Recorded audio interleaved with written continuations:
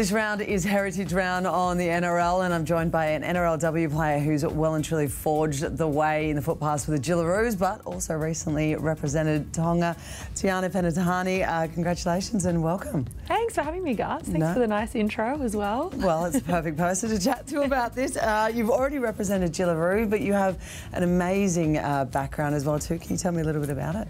Yeah, so on my dad's side, I have Tongan heritage. So both of his parents were born in Tonga. He was born in Tonga and then moved to New Zealand and then Australia, much like many people, for opportunity.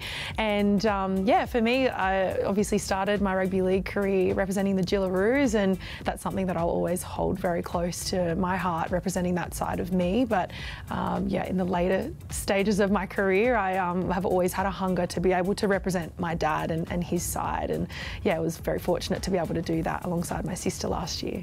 Tell me about your dad growing up. I know you were very young when he was alive, but did you ever learn much about it, like his culture and background? Yeah, definitely. I guess the weekends when, you know, my mum and dad would take us to our grandparents' house, we would go to church with the cousins, and my grandparents' house was kind of like the mutual meeting point, much like many people, is you congregate, you have family barbecues, and you grow up together essentially. And yeah, they're really fond memories that I have of as a kid. And my dad being a footballer himself, he played rugby league and played rugby union for Tonga too. So growing up watching him play football is definitely, yeah, it's a part of my story, and I never thought that I would pursue that side of a career and follow football. But yeah, there wasn't really much opportunity for us as little girls to play footy, so I was always that little supporter on the sidelines with my mum and my aunties. And yeah, for it to come full circle and to be able to say that, you know, we represented in sports that he played was is something quite special. Tell me about, I mean, your dad played and represented Tonga, and when you approached that conversation about wanting to play footy, how did that go with your dad the first time? Yeah, so I started playing rugby league in the under 11s, I think it was, which is when girls were still able to play in the boys comp, and he was against it at first. It was my mum that was always like, whatever you want to do, we'll play, we'll enrol you in. And he was the same, but when it came to a contact sport, obviously being a player himself, he knew how tough it can be and was quite apprehensive to let his girls play. But that changed very quickly once he realised that we were actually good at the game, and that we were tough enough to withstand the contact, and he was like gun-ho, all in, and super supportive of it. So it didn't take much to be able to convince him to let us play and to support us there. Well, you forged an amazing career from there to make it through to the Jillaroos as well. I know you represented Australia with the Sevens too, but your sister got there first, was representing Tonga. Was there a little bit of FOMO when you first saw her run out? Oh, absolutely there was. It was the year that the international test match crossed over with State of Origin. So I was in Origin camp, and it was me, Samaima, Yasmin Clydesdale, all of the, you know, the girls with Tongan heritage that were like, this is so unreal. Like, we've never really had this opportunity, and for it to clash was, yeah, it was hard for me to watch. You know, I've always wanted to share the field with my little sis, and to see her be able to represent my dad and you know, our people on that side of our family was something so special. I was really emotional watching her play and play as well as she did. Yeah, it definitely lit a fire inside me to maybe potentially have the opportunity to one day be able to pull on the red and white jersey myself, and if I was lucky enough, alongside Tash. And that moment happened? Yeah, it did in 2023, and I remember the conversation came around. I was trying to avoid that conversation, particularly with the Australians crew, and I knew that it wasn't a decision I had kind of made yet in my mind. But when I got the call from Kelvin, right, the Tonga coach, I felt like in that moment it was just a definitive yes for me, and I knew deep down that's where my heart wanted to be in that, you know, in that year. And it's something that I've always wanted to do, is in some capacity represent my dad, and if it meant in rugby league and at that stage, then yeah, I was definitely not going to pass up on the opportunity, because as you would know, we don't know when these opportunities or how often they're going to come around. It might only ever be a once-off thing, and knowing how I felt watching Tash play the year before was something that, yeah, I didn't forget and didn't want to kind of miss the opportunity there. But then having the conversation with Brad Donald, the Australian coach as well, that was hard for me, because I didn't want to let go of playing for Australia, but I knew that for me moving forward, it was kind of not only a selfish decision, but looking at where the game is internationally and how many young women we have that are of Pacifica heritage, and you know, being someone that they potentially look up to, I knew that there was a greater purpose beyond my own, beyond my own goals as well. You've spoken about it before, like when you played for the Jillaroos the first time, the first thing you do is you look to the stands because that's where your dad always was, and that moment, it was always emotional for you.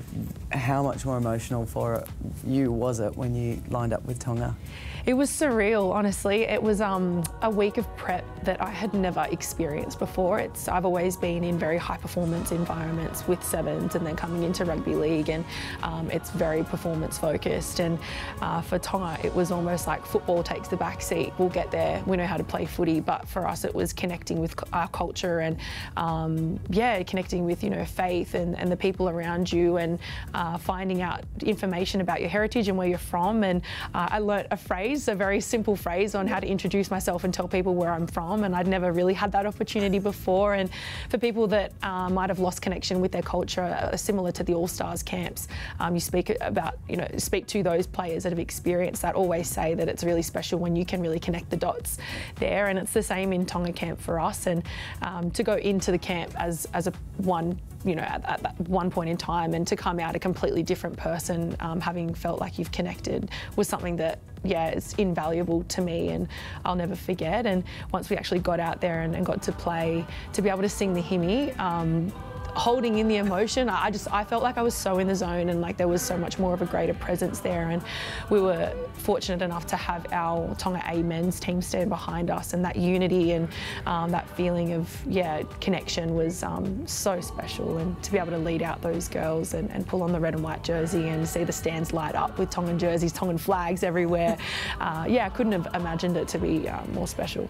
We see you when you're running out there, obviously in the shorts you've got a beautiful Tongan tattoo on your leg. Can you tell me a little bit about that and what it means, and obviously reflecting on your culture? Yeah, of course. So it's a very special, significant tattoo to me and my family. My dad had his Tongan sleeve, but the day before, the last time that we saw him was the day that he went to go and get his tattoo finished, and we never actually got to see the finished piece because he never came home. So for my mum, she then went to his friend who was a tattoo artist and said, hey, whatever artwork you did on Solomon, I want a piece of that. I want you to make it a little bit smaller, a bit more feminine, and around my thigh as a band. And no one had really done that yet. And for her, that was just a piece that she could carry with her for the rest of her life. And in her words, that's what she said. And I remember being 12 years old and too young to get tattoos, but I always had in my mind that I wanted to have something of my own that was a part of Dad, that it was significant in his culture, that I could carry with me for the rest of my life. I mean, you've got that connection, your sister's playing as well too, your brother's starting to come through the ranks, a younger sister playing soccer. There's just so much talent in your family. It's insane. Yeah. Going back to you, sort of the sides that are happening at the moment, like the Tongan side, the talent that was in that team that was able to say yes and go across and represent, how important is that to growing this game and showing how many different beautiful cultures we have in and amongst it?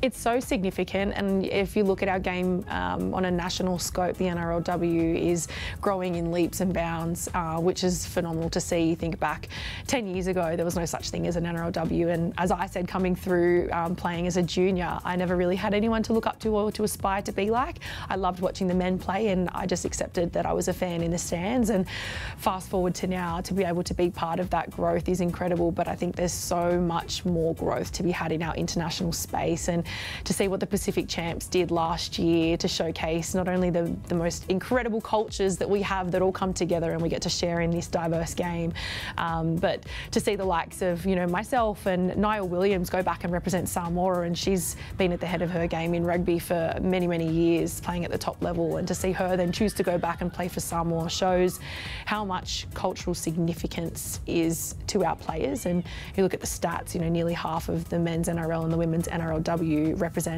identify as Pacifica, and I think we need to celebrate that as a game, and we do that with Multicultural Round and also with our Pacific Champs at the end of the year. And it just goes to show our young kids that enrol in the game and play the game that they are recognised and represented well, and that there is opportunity for them, not only at Australian level, New Zealand level, state of origin level, but Pacifica also else does. There's just so much cultural diversity, and I think it's celebrated well in our game. Because that's the benefit, right? A lot of kids nowadays, they're born in Australia, but they do have those specific back roots.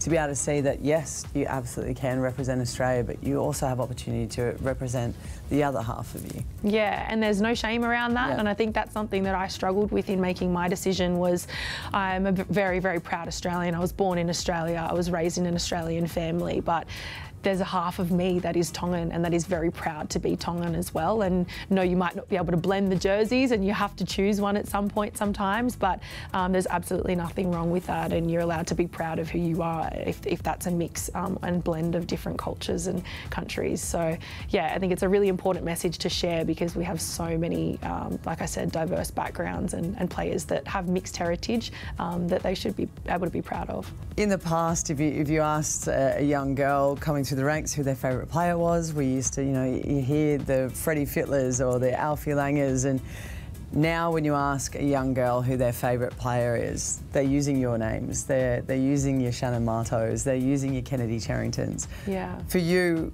seeing some of the young girls coming through your side with Tonga, who are we going to be looking out to that these young girls can also look to? Yeah, I think that's such a pinch me thing to say, and it's sometimes we have to remind ourselves that we are essentially in the spotlight like that, because I know a lot of us don't see ourselves like that as young kids' heroes until you go to a game and you've got your name on the back of some 8-year-old's jersey, which is amazing to see. But I think some talent that is coming through the ranks, and speaking on behalf of our Tongan girls, there's people like Seli Mailangi, there's Tash Penitani, there's Tegan Dimix, your China Pilatas playing up with the Cowboys, and for them to come through like a pathway and that never existed, I think is something that's really special. And now that they're on the big stage and have a whole world in front of them, that they can potentially forge a career for as many years as they want, is something that's really special. And something that would be really special to you is continuing building that, being in the same team as the Penitani sisters. Yes, definitely. I think, it's something that I've always wanted to do, is be able to pull on the jersey with my sister, and being able to do that at Tonga level was really special. But hopefully one day we'll get to do that at NRLW level. We're rivals for now, but maybe one day she might come over to the Sharks. You're refusing to leave there, aren't you? Yes. Yeah. Once a Shark, always a Shark. Absolutely. Before you finish, you said there was one phrase that you learned in your time in the Tongan camp. Give it to us. Oh my gosh, okay, you're really testing me now. So, malo lele, ko hoku ingoa ko Tiana Penitani, ko lele mai mei, ko ta'anea, and holopeka. Beautiful. See, it's still a learning process though, isn't it? And that's the best part, is you're always learning and learning about your heritage and your culture, and I look forward to seeing you grow more so in that area as well, and seeing you shine on the footy field. Me too. Thanks, Garth. Thanks, babe.